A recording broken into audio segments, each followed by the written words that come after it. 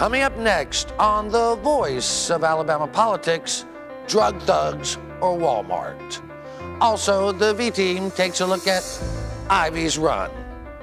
And who is Luther Strange? I mean, really? That was a terrible thing, calling me part jackass. Don't let it bother you, Ed. I won't. It was a plain lie. I am a genuine horse. You bet you are.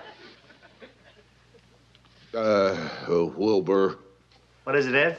I'm not letting you leave town till we find out, am I a horse or am I a jackass? You decide. We report. All this and much, much more coming up next on The V.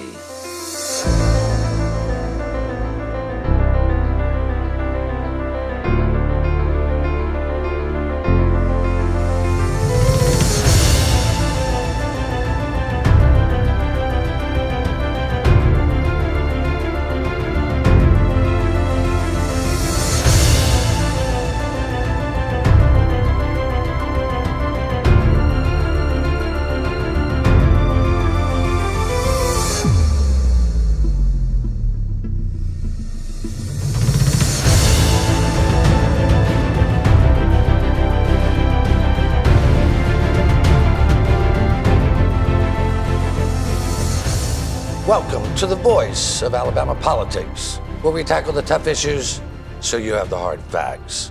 I'm your host, Bill Britt, and as always, I'm joined by the V-Team. Welcome all. Hi. Jack, Yes, sir. whether you like it or not, the First Amendment is still alive and well in Alabama. That's what I understand. Going to get to show the movie. Yeah, we finally are going to be able to show the film, The Architect versus Atticus. Atticus versus the Architect. Okay, well, that too, both That of them. too. We'll get to see both of them. We have a double feature, right? It's a film, it's a documentary about the alleged conspiracy against Don Siegelman. I hear it's quite compelling. The Capri Theater here in Montgomery refused to show it. We have now booked the Davis Theater here in Montgomery, and we'll show it October 1st at 3 o'clock. That's a Sunday. Tickets are on sale right now, right? And people need to go ahead and get their tickets. Within less than 48 hours, we had almost booked a quarter of the theater. So if you want to see the film, you really need to go ahead and get your tickets. And the proceeds are going to a worthy cause? Yes. We are going to send them to, we're in contact with the universities right now. Any proceeds are going to go to the journalism scholarship funds. We're actually setting up an APR scholarship fund so that we will be able to build that over the years so that we can sponsor the future generation of journalists in the state. And hopefully that will help change. You know, we hear a lot about fake news, but what we've got today is people that basically are cowards, Beth. They cower from making tough decisions, just like here. I don't know if this is an accurate documentary or not, but we have a right to know, we have a right to see, we have a right to hear. I mean, right? I mean, that's kind of the deal. Absolutely. And I think part of it is just, we've lost the ability for critical thinking. And so whether it's an accurate documentary or not, we'll see, and we'll be the judge of that when we see it. But to have somebody who's clearly got a vested interest in it, like Laura Canary, come out and say, well, we shouldn't show that, let's not have that in our theater, that's just, that's the highest form of censorship, really. And, honestly, Mrs. Canary, if you stand by your decisions and you do things you're proud of, then you shouldn't have any problem when the lights shined on it. And do understand that Chandler Hines, who works with us, had a very difficult time finding a venue. I mean, she went through numerous, and everyone is afraid of RSA, or that Laura Canary works at RSA, or they were afraid of the repercussions. So finally, the Davis Theater and Dr. Jack Hawkins stepped up and said, we will not stand for censorship. Well, the RSA had nothing to do with it, but didn't. Because Laura Canary Because of her works for the position. RSA, Right. people thought assumed that, one thing meant the other. I don't think that Dr. David Bronner is for censorship any more than Dr. Jack Hawkins. But Jack, I got a great email from Jack Hawkins. He said, I am standing on China Beach in Da Nang, Vietnam, where I brought my troops 50 years ago to have hot dogs. And of course, we will not stand for censorship. We stand for freedom of speech. And Dr. Hawkins okayed for us to rent the theater. That's good. Hawken is a honorable man and does the right thing, and we need more of those. It's going to be a great show. I think a lot of people are interested in seeing it. I want to thank the Capri for being cowards. That way we get to actually show it, and we'll get a bigger crowd. That's true. Definitely. And we'll all be there, so you can come hang out with us. Yeah, Right? well, I don't know if that's a draw or not. People are going to want refunds on their tickets. We have fun. You can join us. I'm quite certain there are a number of people who would like to hang out with us, and then there are those who like to hang us. No doubt. But, No doubt. But our whole team will be there. yeah, they will. And +1. +1. Okay. Majority of the Alabama Board of Education decided this week that they would not have a special meeting to determine the future or demise of a doctor, or he's not even a doctor, is he? He's not. But he's Sentence, who is the superintendent of schools. And it got cast aside because of a letter coming from the governor that's saying they shouldn't be having meetings without her approval or the superintendent's approval. What do you think, Beth? Right. Well, but in the letter, and I think it was sent by Brian Taylor, right? So, Yes. Boy Scout legal chief over here. He didn't even quote the whole statute. So when he sends this letter that he's presenting as a legal opinion, one of the things they teach us in law school is you have to give all of the facts if you want people to take you seriously. So it was kind of just a silly attempt. The school board attorneys looked at it and they're like, no, that's not what this says. But, I don't understand why he's going to try and manipulate the law and use the ellipses to his advantage is kind of what it looked like to me. Right. Well, and so our viewers understand what happened was the governor's office issued a statement to the Board of Education saying that Board of Education special meetings could not be called except for the call of the governor or 2/3 of the board. The superintendent. The superintendent, 2/3 two-thirds of the board. So, but what they left out was that if it concerns the students, then yes, the board can call a special meeting to handle those events that come and up. Jack, this goes back to the fact that they have had 5 meetings since Governor Kay Ivey took office, and she only attended 1. So by Brian Taylor logic, those other 4 were illegitimate. But as we found out, the board is only required to meet once a year. Well, I'm very conflicted on this because I think Stephanie Bell, who's always been a political friend of mine, I think she's overstepping her authority, in my opinion, by trying to call these meetings because all of a sudden this woman who was a pro-sentence person is now an anti-sentence person. She wants to get rid of the superintendent. And the governor said that she, as chair of that board, wanted to give him a chance to prove himself. And if he doesn't prove himself within the next few months, then so be it. But for right now, I think they need to give the guy a chance. But I have to say this too, in defense of that, Jack, is that right now we know that there's a budget deficit over there, that the budget is not where it should be. And not just And like a deficit, like a deficit. Yeah, a large one. And if they allow that to go for an entire year without having any kind of review in a special kind of meeting, where will that? What will we be looking at a year from now? Well, I mean, people over the office over there, not the board, but the Department of Education, say that Sentence is spending money as if that's the federal government, which kind of makes sense because he comes out of that side of education. And I don't know whether Michael Sentence is a good superintendent or not, Jack. I tend to think that he was underqualified when he got here. Maybe he can do a great job, but the issue here is that these special board calls, if they're illegal according to Taylor, everything's been illegal for years. Including the one where he was hired. How many of these meetings did Bentley ever go to? Very few. I Very think he few. only No. went to the Pouncey one. I mean, how many where did they Bob hired Riley go Sessions. to? I think that was it. How many did Bob Riley go to? How No, many but that's did what I'm saying. Like, no, this Don isn't. Siegelman go It's to? an honorary chair, kind of. I mean, like, you're the chair of the board, but you're Right. not like you're also the chair of like the board of the trustees Well, for I all the think if universities a governor and stuff. started going to these meetings, it might make a difference. I would agree. Oh, probably. I It would shows agree. an Well, I'm investment all in the for future. it. I mean, Kay Ivey's big on education. She's doing her listening tour. I Yeah, think she it's was great with the PACT program. She's been All A+ right, for now education. that's in the past. We don't want to bring up all the the dead history. It's dead, all As right. well. It is certainly Well, anyway, we're going to leave it right there. You're watching the V. They're awfully nasty folks sometimes. We'll be right back with news and analysis.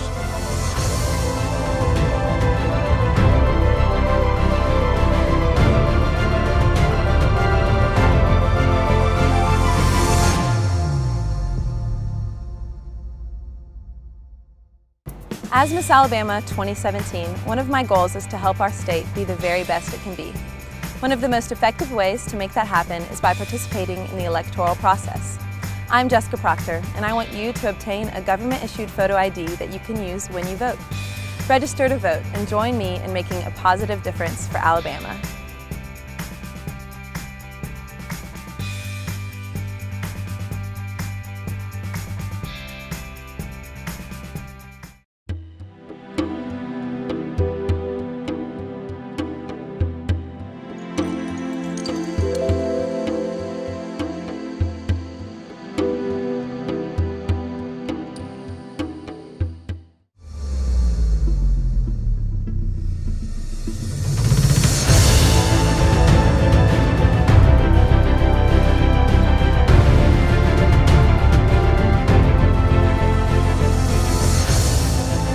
Welcome back to the V, the voice of Alabama politics. Beth, Judge Roy Moore is beating Luther Strange in the polls like a rented mule. You know good when you're looking at me because you know there's nothing good I can say about this. I mean, good on him. I mean, I love seeing Luther lose, so that's good. There's just no good answer here. I mean, I'm Doug Jones loving is it. doing great. He won outright in his primary. Yeah, He did. got 100,000 fewer voters, but he won fine. But, so I'm looking at this, though. I think it's going to get interesting watching the Mo Brooks voters, because Mo Brooks came out with, what, 16% when it was all said and 16, done? 18, something like that. 17.9, I think. Okay, so watching how they split up in between these two dynamics, because Mo has a very cult-like following up in North Alabama. So it'll be interesting to see kind of where they split off in this Luther Roy debacle. Right now, it looks like they're moving towards Roy more so. But I want to get to this poll first. Two polls have basically the same results. Moore is beating Luther by about 20 points, right?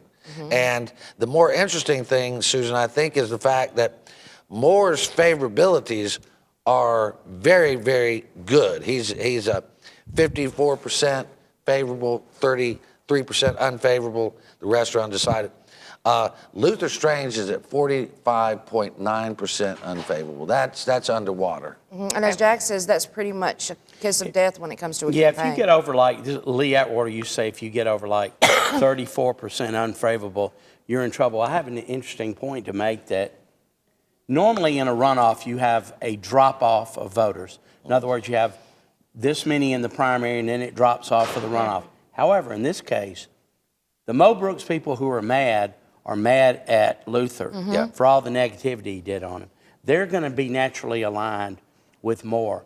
Moore's people are more likely to go out and vote in a runoff because they're the fall on the sword kind of folks. I think Luther's got real problems. I do. And remember, we've only got 17% undecided, and that doesn't bridge the gap between the two numbers between Moore and Strange. And that would mean Strange would have to convert more voters, which I don't think is going to happen. Remember too, these 17% undecided, when you poll people, everybody's going to tell you, yes, they plan to vote, pretty much. Everybody's going to tell you, nobody wants to be like, no, I don't want to vote. I mean, there will be people, but those 17%, a lot of times they either know who they're going to vote for or they're not telling you, or they're not going to vote at all, and they don't want to admit that either. But now the pollsters are getting a little bit better by saying, drilling down a little bit farther. Excuse me. Are you definitely going to vote? Are you likely to vote? Are you maybe going to vote? Right. So I think they've got it. I think the polls they're starting to correct. be a little bit more precise. Well, we know Moore's people are going to vote. They're going to come out just like they did in the primary.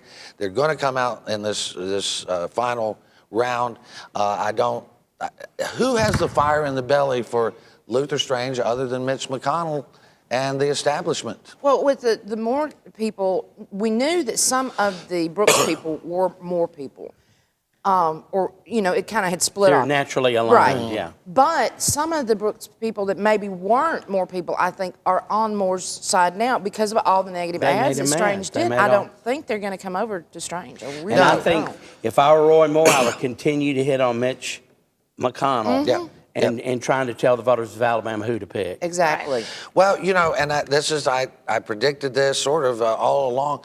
The people of Alabama, the voters, Roy Moore voters, did not care that they threw him off the bench because they agreed with Roy Moore, whether you like it or not. And the ones who didn't agree with Roy Moore agreed with me that he shouldn't have been thrown off the bench. He should have been censured or given something, but not Or at not least thrown open off. proceedings. But Yeah. also, open proceedings in the way that he was removed from the bench. I think a lot of people have a problem with that. Yeah. I know I do, and I have a problem with the fact that because of that, JIC can still have their record sealed even after a case is adjudicated, Yep. and Yep. that's wrong. Yeah, right. Well, that's going to take getting somebody that has some guts to come in there and do something about that. I think if you're looking at this and you're looking at Moore, Strange, and Brooks all in one place, two of the three, I disagree with almost every political position they're going to take, but I will always say they're not corrupt. And that is that Moore and Brooks are not corrupt. I just don't think they are. Luther, I think, would sell his soul for a bag of donuts. Oh, yeah. And we've seen it. And I think the people are tired of it. Well, and I think that Luther could have been a great politician, but he's turned out to just be the worst we've ever seen, Jack. Well, he's going to go the way of Marion Allen and Donald Stewart. Yeah. And to be remember, appointed and no appointed senator has ever been reelected. Yeah, well, there's probably a reason for that. I mean, remember, he was picked by Robert Bentley. You can't think much of what he's doing. I want to go real quick here. We got probably about 2 minutes left. This week, Governor Kay Ivey was at captured, I might say, at a press gaggle because she wasn't expecting it. And she got to ask a bunch of questions. One of the questions she was asked was, the state of Alabama does not have a lottery. We're one of the 6 states in the country that doesn't have some form of lottery. And she said something to the effect is that we can't pass a lottery because we can't pass a simple lottery because we have to change Section 65. And she's right about that, but I'm trying to, and then she goes on and says, so we're not going to have one. So I have asked the governor's office for clarification on what she said, and what we think she's saying is that you have to have a constitutional amendment, which is true, to pass any type of gaming. The question I had and sent to the Ivey administration is, does the governor believe that the people of Alabama have a right to vote on a constitutional amendment that would strike down Section 65, which says all lotteries, gaming, blah, blah, blah, is illegal in Alabama? And Susan, that's the question. The governor can't do anything about it, but does she stand for the people's right to vote? Right, and while I understand the stance of her office is that, well, she doesn't believe that it could actually get through the legislature. We need leaders here. We need people that say, all right, I think this is a good idea. You guys over there need to get that done. If my understanding of what the governor is somebody who leads and says, this is what needs to happen, this is for the good of the state. Whether they vote gambling up or down, it doesn't matter. We just need to get this issue done. Right. I want to pick this up after the break. We're going to have to hold it right here. But I do want to get back to this. So you're watching The V, the voice of Alabama politics. We'll be right back with more news and analysis.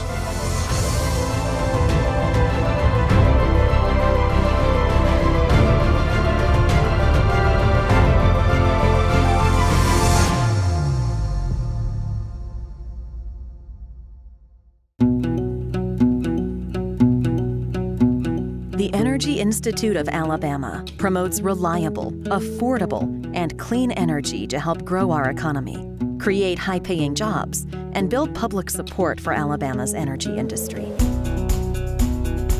Access to clean, affordable energy continues to be an issue of vital importance in the halls of government and around the kitchen tables across our nation. The Energy Institute of Alabama is the best source of energy industry information and how it affects households across the state, from convenient energy production to alternative fuels to solar power and beyond.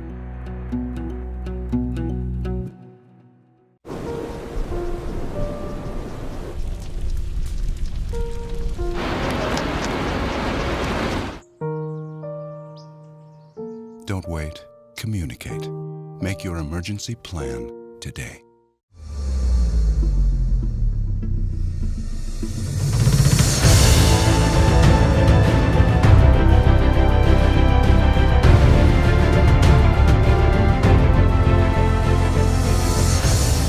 get back to the lottery here, but Jack, you had a thought. A friend of ours. Oh yeah, is, a friend of the show, a faithful viewer, Donnie Davis, who he and his wife own Ligger's Bakery in Montgomery, was in a very serious car accident, and he's it was touch and go for a while. I think he's doing a little better, but our thoughts and prayers go out to him and Ivey Absolutely. and the rest of the family who was a friend of this program. And the V cake they gave us is still legendary. As It far still as we're concerned. is. It still is. The thing about this lottery situation, and Beth, I want to go back to this, is that we are surrounded by states that are getting our money. 8 out of 10 cars that sit on the border where they buy these lottery tickets are from Alabama. We're not getting anything out of it. We have gambling. Okay, Governor Ivey said, well, this opens it up to all forms of gambling. We have almost all forms of gambling now. Right. Yeah, and just this past weekend, I was up in North Carolina for the eclipse, and I stopped in Tennessee, I stopped in Georgia, and I stopped in North Carolina, and I bought lottery tickets in all 3 states just to prove a point, because this is ridiculous. And I think what a lot of this comes back to, and I remember we were talking about this during the legislative session, is that what a lot of legislators want to do is just pass the clean CA, just say basically gambling is okay, period, and then set up the commission or the task force or whoever to work out the nuts and bolts of it. And I think that's what Governor Ivey was trying to say, is we need to just get everything stripped off and then start putting the requirements back in. But I don't know who I trust to manage that process around here is the problem. Well, I've been doing interviews with the gaming commissions around the country. Jack, I've spoken with several of them that have very successful lotteries, and they say you got to pass a clean bill that enables the lottery. You can give the counties an option to opt out, just like we do with liquor sales and all that. They can say not in our county or whatever. But first off, you got to get a clean lottery passed, and then you have to put a commission together. This is a commission that comes up with solid suggestions on rules and regulations, have to be headed by honorable people, then pass legislation. There's the key word, honorable honorable. people. There's, Well, you don't need to put a 12 bunch of those in legislators on to make any decisions about the lottery. So are you saying if we repeal Section 65 of the Constitution, and that's all we do? Right. Then the next session we go back and talk about how to. Do you then have to pass one? Well, I think what you not? do, you have to pass a constitutional amendment that says we're replacing this section of 65 and saying the state of Alabama can have a lottery. And you have to vote on that with the CA. Okay. Right. Now, after that, the rest of it comes under legislation. The reason why you don't want it to come under constitutional amendment is because you get something bad going on in there. Well, you can't change it. Right.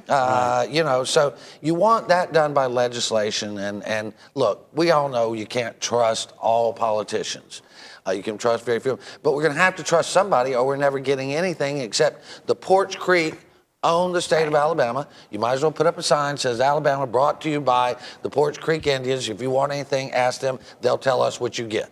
And I don't want that. I like the Porch Creek, but I don't want them controlling the state of Alabama. And another point I want to bring up here, Bill, is that there's all these opponents to gaming and whatever that say, well, it'll bring illness to our state. It'll bring, make people addicted to gambling or this or any of these maladies that might come. Those maladies are already here. It's just that people are going to other states and giving the money in other states, where if we had gaming here, we could actually use part of that money to help deal with these issues. Frankly, I look at it like gambling is just a tax on people who are bad at math. And so let's use those taxes to then pay for math classes for all the kids so that it becomes... Let's use it for something good. I think that's a good idea. And I want to segue off that onto something else, which is the same thing. What they're doing is trying to address the supply side. Let's stop you from getting, being able to gamble. That's just what they're doing with these opioid wars, just like they've done for 100 years. They have attacked a substance, whether it be marijuana, cocaine, whatever, and they attack the suppliers and do not address the human conditions that cause people to go to the suppliers, Beth. Right, and the opioid crisis is one. It's touched so many families, and it's such a personal issue for so many people. And it's amazing to me how this is the one thing that no matter, race, creed, socioeconomic status, all of that, it's spanning it. But the problem is that with a lot of this, it's not just street drugs, it's prescription pharmaceuticals. Well, pharmaceutical companies have lobbyists. Lobbyists have legislators. Legislators decide what you can and can't do. So it's this kind of vicious cycle where we've got to find a way to address mental health on the one side and make sure that people are getting the pain treatment and the rehabilitation that they need. But on the other side, make sure that, the pharmaceutical companies that are putting, it all starts for a lot of people with, hydrocodone, with fentanyl, with that kind of stuff. Make sure that that stuff's being controlled and treated appropriately. And I think appropriately is right. Again, I worry that we're going to now, which is what we're hearing, we're going to start suing pharmaceutical companies like we did the big tobacco companies. And maybe you can blame them for it, but, I think that's absurd. I agree with you. I mean, that's absolutely ridiculous. Here's the problem with what people want. They want government to protect people from themselves. Right. And that drives me insane. Me too. Again, let's go back to mental health. Most of these people, whether it's for pain or for, depression, whatever, they're self-medicating. They're just not being able to do it Jack the right brings way. up a great point. The same people that would say, okay, let's sue the pharmaceutical companies because they're manufacturing things that kill people are the same people if you said, we're going to sue the gun people for making guns because guns kill people. They'd just be all hell break loose, right? I'm not sure that's the same crowd you're talking about. Well, maybe it's a different crowd. Maybe it's a different branch of the family. It could be. Well, I'm just saying, you wouldn't have them, we don't want people suing Browning for making a gun. Because somebody had a hunting accident. I know what you're saying. What I was trying to make a point there is, once again, we're attacking the symptoms. We're not attacking what the root cause is here. So we're going after the pharmaceutical companies instead of addressing what's causing people to be in these situations. Having lost my big brother to drugs, I think we need to address both sides, but primarily having taken pain pills after surgery, at least I didn't get addicted, but, not everybody is made that way. That's right. My brother was certainly not. With a lot of people, too, you've got the chronic pain, it just becomes a dependency. And then it cycles out of control there. We're going to have to leave it right there. I'd rather have Walmart dispensing the drugs than your local drug thugs on the street. There you go. You've been watching The V, the voice of Alabama politics. You watch us because we watch them.